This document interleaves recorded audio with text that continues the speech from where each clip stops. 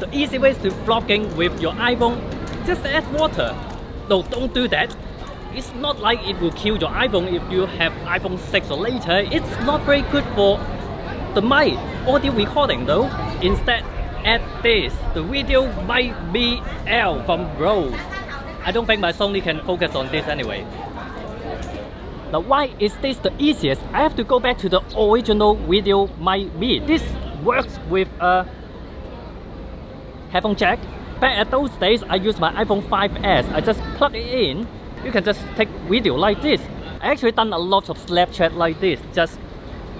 This is the easiest. There's no other mount to mount. There's no wire to plug in. You just plug in the mic and good to go. There's no setting, nothing. But since iPhone 7 lost the mic jack, you can't not mic jack, the headphone jack, you can't use this anymore. And since I upgrade to iPhone 10, I miss this so much. I don't know what took them so long to change this to a RødeLink port VideoMic Me. Finally it is here. Well, shooting video with your iPhone is not bad anyway, because it got good low light, good IS. As you can see, this has optical video image stabilization on my iPhone 10.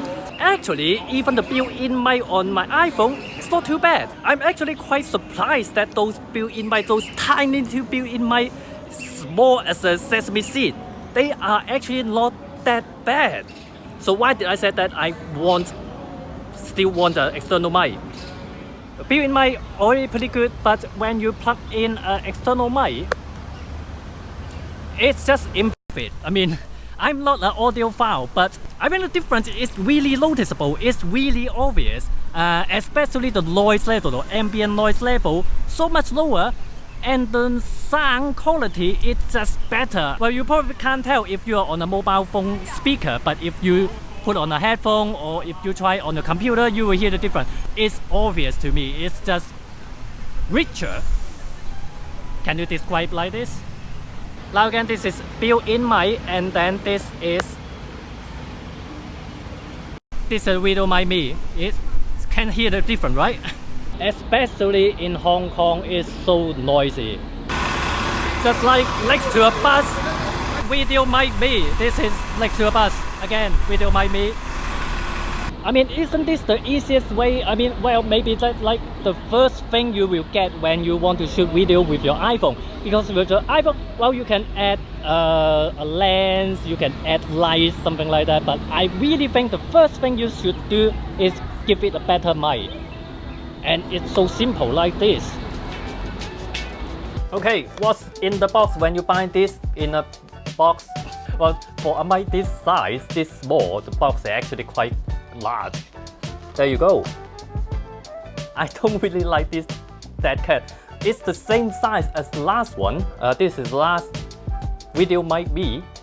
They're probably the same actually, and as you can see, I think it's quite ridiculous to take video on the street. It's just what is this? Then I realized, hey, my VideoMic Pro Plus has this phone wind block. So all I need to do is just get a microphone for those kind of headset mic with the size just fit the VideoMic Me. And this also works for the popular VideoMicro. I recommend you keep this phone on all the time. Reserve the dead cat for really windy situation. Now this is a new one and this is an old one. Obviously the obvious difference is one with a RødeLink port, one with a headphone jack. Because the headphone jack is round, it will swing around, so it got this bit basically removable. You adjust it to mount it properly on your phone.